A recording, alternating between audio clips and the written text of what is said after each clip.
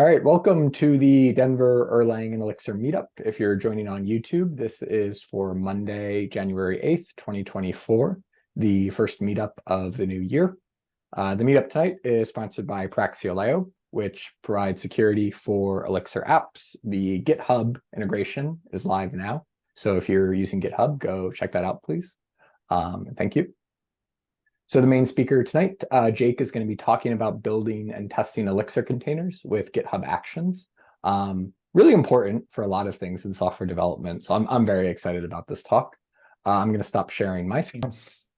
Cool. So what I'm going to talk about today is basically how to build and deploy Elixir apps using the GitHub Actions. But actually, I'm going to talk a little bit more kind of high level about motivation and the approach and some of the tools. I've shared all the content for this, so you can go play around with it yourself. I can get in as deep as anybody wants. So basically, please ask questions. I'm open to talk about all this. This is probably going to end up being multiple talks or something like that. This is a good one to start with. This project more or less started with a recent project that I worked on, which was quote unquote breaking up the monolith for a large e-commerce site. So they have some really large applications, and it was getting to the point where the monolith is too big, everybody's afraid to touch anything, and how can we break this up into some reasonable chunks? And it wasn't a kind of microservices for microservices sake. It was much more about, okay, we have some very specific goals, one of which is to just improve site reliability by separating internal apps from the public website. So with these large applications, it's very easy for you to make a change in one place and then have it break something somewhere else. And so by breaking it up, separating the front end from the back end, they basically keep the public site up. And so we were looking at how to break it into some relatively large services, things like authentication, users, products, shopping cart, and create services from them. And they have a very large GraphQL API, about 1 million lines of code. And so they already have it in some sense separated. So the front end talks to the API, but that backend API needed to get split out in some more reasonable ways. And so we went with a federated GraphQL approach, where basically the front end talks to Apollo router, and Apollo router talks to multiple backends. Another goal was to improve development speed. So as everybody gets nervous about making changes, then everything gets to be slow, and everybody gets really conservative about even upgrading library. So we wanted to be able to just speed up the whole process and let people work in parallel and have specific teams owning particular parts. And so they can just go do their thing, and they can upgrade a library and so on. And then we needed to improve security. So we had a situation where the same API endpoint was used for public front-end stuff and internal applications. And so being able to split up these services so that they are separate, we always know that it's a customer talking to this, and it can never access an internal thing, makes it a lot easier to audit.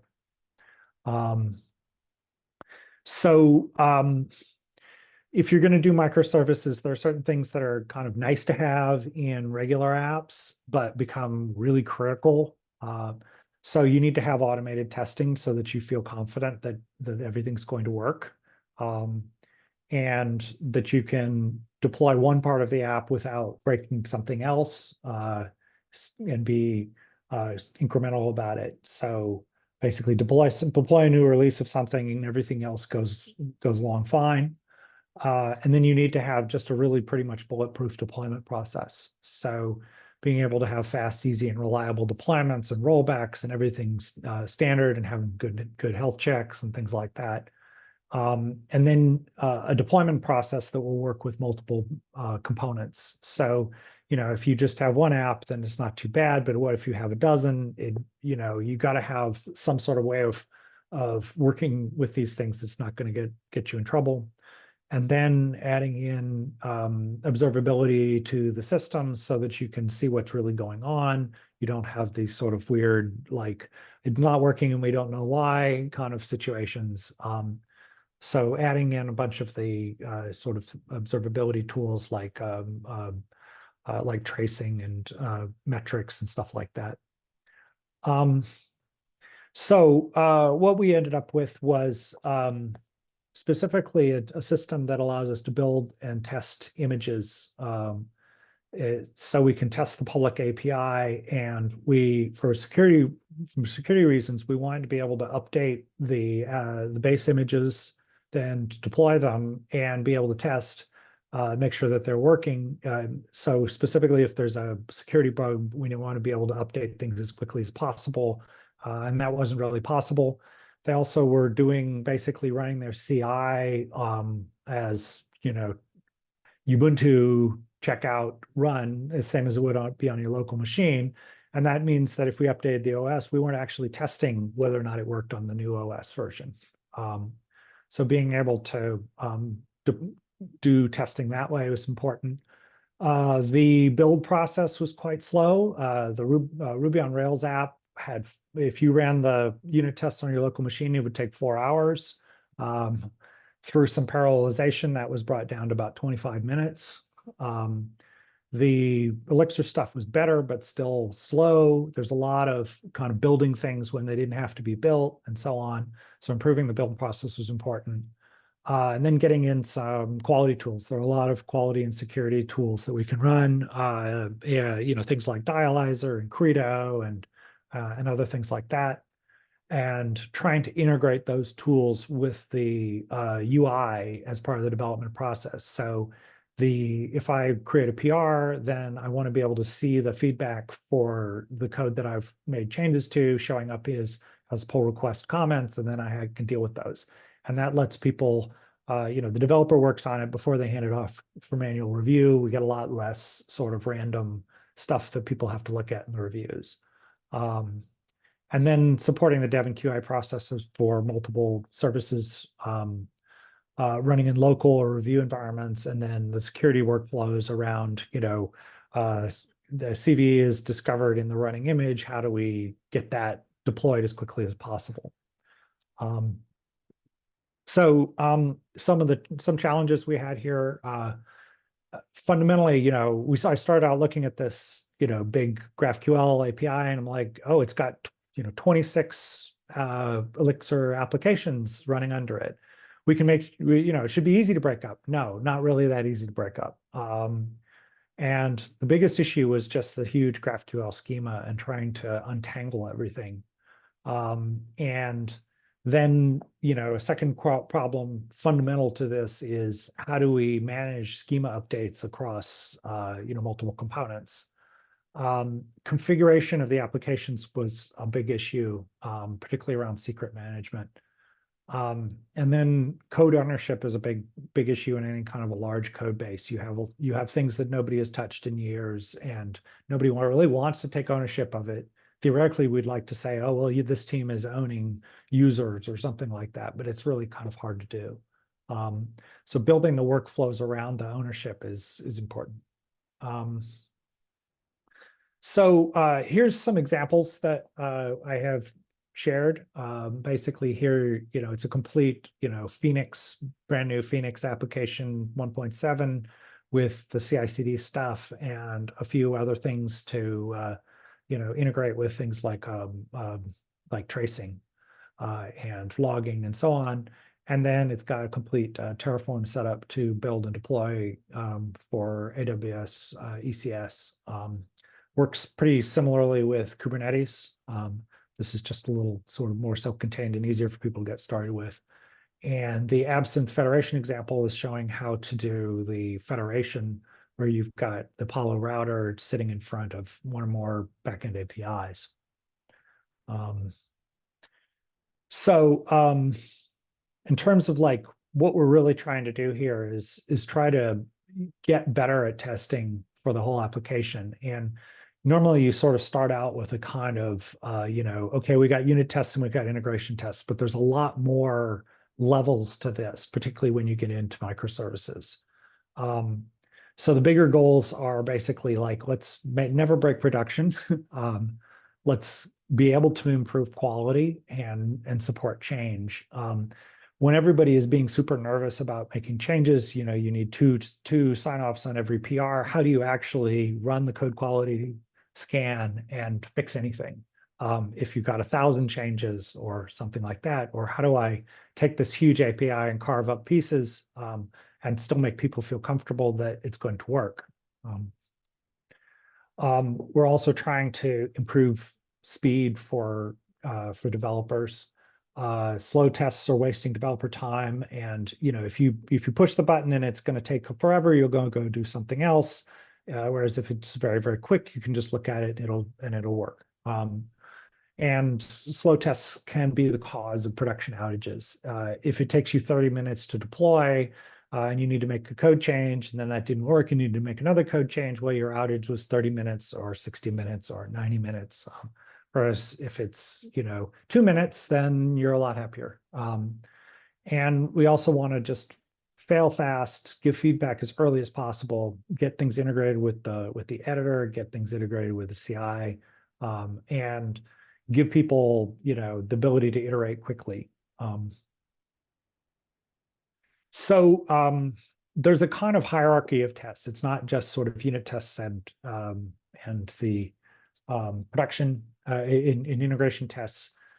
We can start and say, okay, we've got unit tests that start with synthetic data. That's what we're kind of all used to. We might then go to say, we've got unit tests with data in the database. Then we start mocking calls to external services. We may call external services in a test environment. Then we might run external tests based on the production application, but running tests using the public API and getting data from the DB, or maybe even talking to other services. And then we put it all together with the GraphQL. And then we can potentially run deeper checks like load tests, property tests, security scans, things that run after more or less the deployment process is complete, or in a QA environment where we're running this in a big, weekly release cycle or something like that for more rigorous applications. And then we've got health checks, which are in some sense a special case for tests, but once you get serious about it, they start to look a lot like your external tests. In other words, I don't just want to see that the system is responding to HTTP. I want to see that it can talk to the database, that somebody can log in, and so you can automate your health checks with the same tools as you're using to do your external testing. And health checks are also very important when you're doing your CI/CD and your development, because it lets the system come up in a fast and reliable way instead of sometimes some components not working. So and then we add on some things for production. So we add observability so that we can see what's going on. We add some debug tools so we can get in there and really figure out. We have feature flags and testing associated with them. And basically, everybody tests in production, but only some people admit it. There's a lot of sort of moving towards a live environment where it's much more production, but has certain flows in there with feature flags that allow you to modify something, see what's going on without doing a complete redeploy or breaking things. So this is a kind of trend. We go way beyond a single machine with a single app to a whole system. So specifically the tools that we're using, eUnit, as you're used to, but we're trying to run in parallel as much as we can. We're using mocks. with potentially things like bypass or HTTP poison, and moving towards better tools like Tesla. So basically, lighter weight, more parallelizable mocking, adding in quality checks, things like Credo and Dialyzer and code coverage. And Styler, if you haven't seen it before, is a formatter that comes from Adobe that basically is mixed format, but it will actually change things. So it will take the advice of Credo and make changes, which is great for more complex apps. And we've got a lot of security scanners. We got things like Mix Audit, which will identify whether there's a security vulnerability identified with one of the packages that you're working with. Hex.audit, which will tell you that your libraries are out of date. Sobolo, which does HTTP level security checks, web application checks. You got general tools like Trivy and Gripe, which will scan images and look for libraries that are having problems. And then you've got potential integration with things like GitHub Advanced Security, which records the output of the security tools. And then we get into external testing. So one thing you can do is just take your mocks that you have written in Elixir and then turn them into talking to the real service. Then you can look at external tools like Postman or Insomnia, which are UIs that often testers use to interact with an API. You can put test cases into there. You can build scenarios like I register and then I log in and then I add something to my cart and then I check out. And then as we've generated these results from these tools, how do we show the developer? So we can get it integrated with VI, so it shows a little icon on the side of the screen that says you've got an error. You can integrate with PRs with tools like Hound. You can generate test summaries. So inside of your pull request, you'll see a list of tests instead of looking at the sort of great wall of text. And then you can use tools like OpenTelemetry to instrument your test process and figure out which tests are running slow and which ones are flaky. Flaky tests become a huge problem when you have a slow build process. So somebody has to run through the tests, run through the build in order to deploy, and then it doesn't work, and then they hit the button again to try it again, and then maybe on the third time it succeeds. And that just wastes everybody's time. So being able to identify these things and prioritize them is very important. As we sort of move towards this containerized development process, we ran into certain problems around configuration and managing secrets. And part of that was just people making assumptions about applications and how production configuration is going to be this way. But you ended up with a lot of different applications having to be configured for something to work, and then having to separate the configuration for different pieces and say, well, if it's not configured, don't turn it on, and so on. And then being able to manage secrets is actually a really big part of that. And sometimes people aren't managing secrets very well. So you end up with, keys getting compiled into the production code, which is not great. And then as you're doing that in CI, you have to somehow get those secrets into the CI, which is not great. So basically, handling configuration can be a major issue. And so there's a bunch of best practices we can have around that. And a lot of it comes down to, okay, if we're testing external, we have to take these production containers and run them in a test environment, which is not what people expected.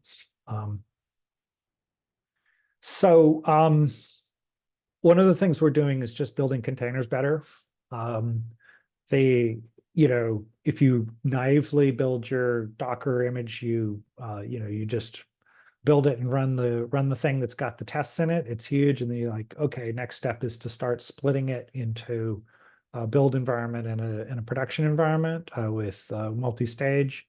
And then you can go further and further on this with basically paying a lot more attention to caching, splitting things up more and more, using Erlang releases, which are basically only the code that you need to run your specific application, which makes them a lot smaller, and then handling the configuration process better.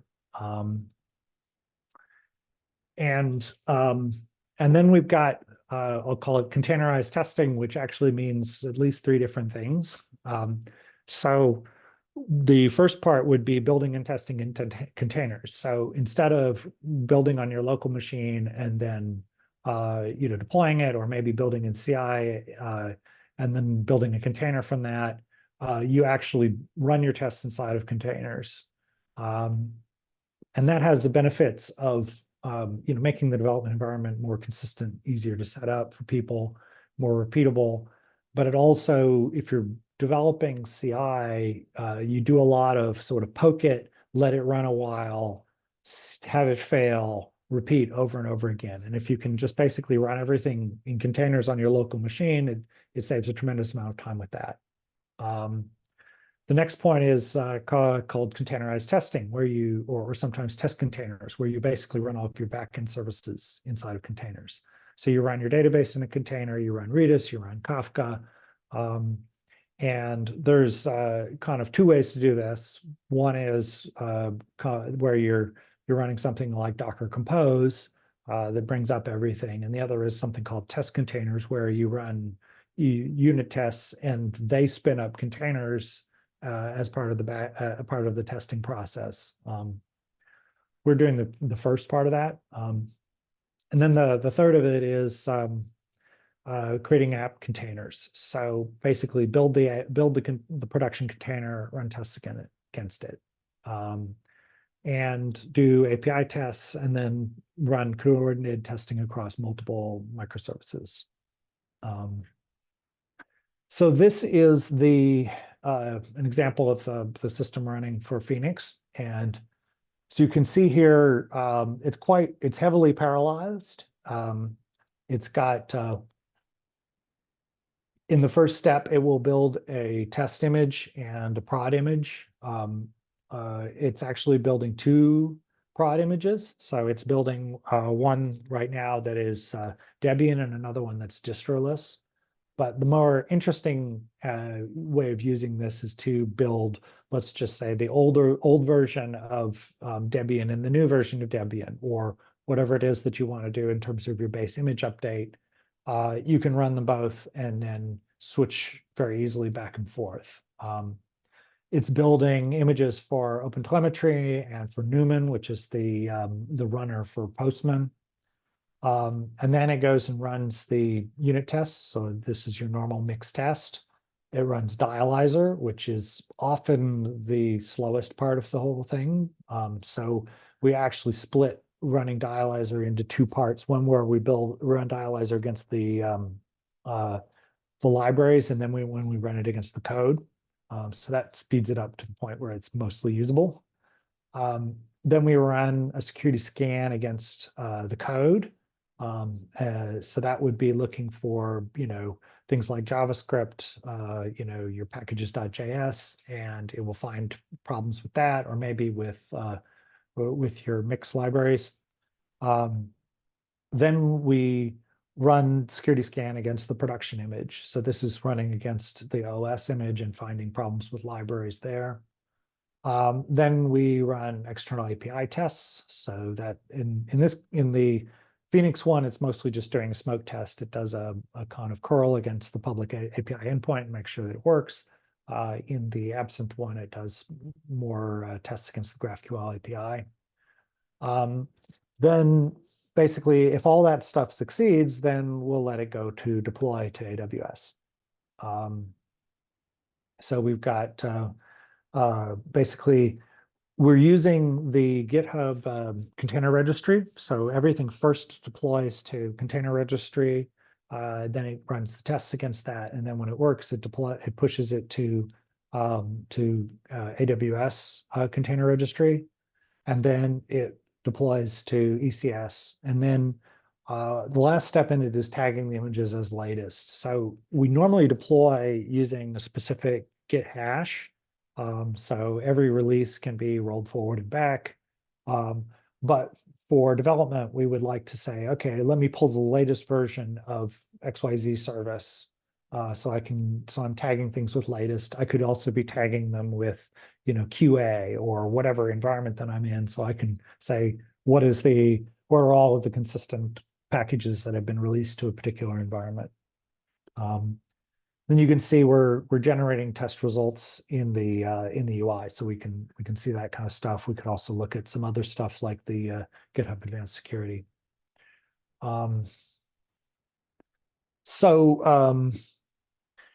As I say, we've got separate parallel builds of things, quality checks, external API tests, so on. And then in this example, it's got some app features. This is very AWS centric. So it's got OpenTelemetry sending to AWS's tracing system called X-Ray. It's got integration with logging. So I wrote a library that is a Erlang logger formatter that generates JSON. So we can get structured logs that are searchable with the UI. And I'm using a tool called Uinta, which basically is a nicer logger for Phoenix. Basically, for one thing, Phoenix normally writes 2 log lines. This makes it write only 1, which cuts your log noise in half. And it also does structured logging, and it can do better logging for absinthe. So you can get if it calls a mutation, then it will show the mutation name in the single line, and you don't have to keep digging down into things to figure out what is actually going on with these calls. It's also got some libraries like Observer CLI, which is a kind of text mode version of the observer that comes with Erlang. It's got Recon, which is a nice utility library for doing tracing and things like that. It's got integration with AWS container console, so you can spin up a production image and log into it and run tools, which is nice. It's also got integration with clustering and service discovery. So like particularly if you're running live view apps, you will want to have a cluster, so you can publish a message and have it show up in people's live in people's web pages. And so getting that all set up is part of the clustering and service discovery.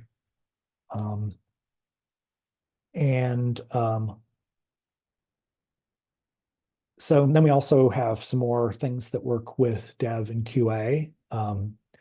So, I mean, one of the biggest questions is essentially like, oh, can I develop in containers? Is that painful? That's kind of an open question, I think, at this point. Some people like containers, particularly if they're running on Windows or something like that. If you're running on Mac, you don't necessarily care. You're happy with local stuff, but on the other hand, you don't want to have a hugely complex environment building everything all yourself. So some sort of hybrid is probably the right approach. So I could maybe work on the thing that I'm working on myself, but then pull in images from other things.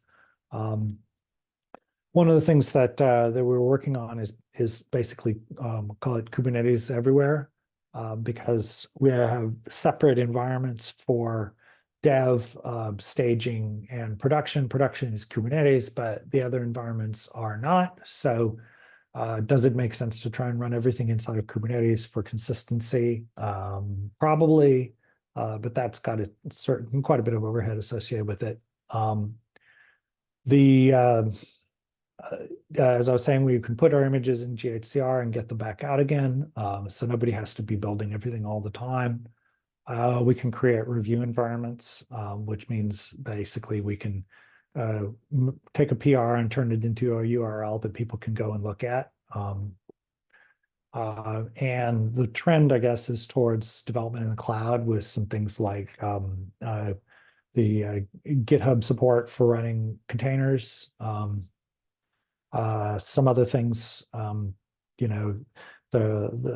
you can run a development environment in the cloud and then have it redirect sort of a port back into your own application running on your machine. This is kind of an open question, I guess.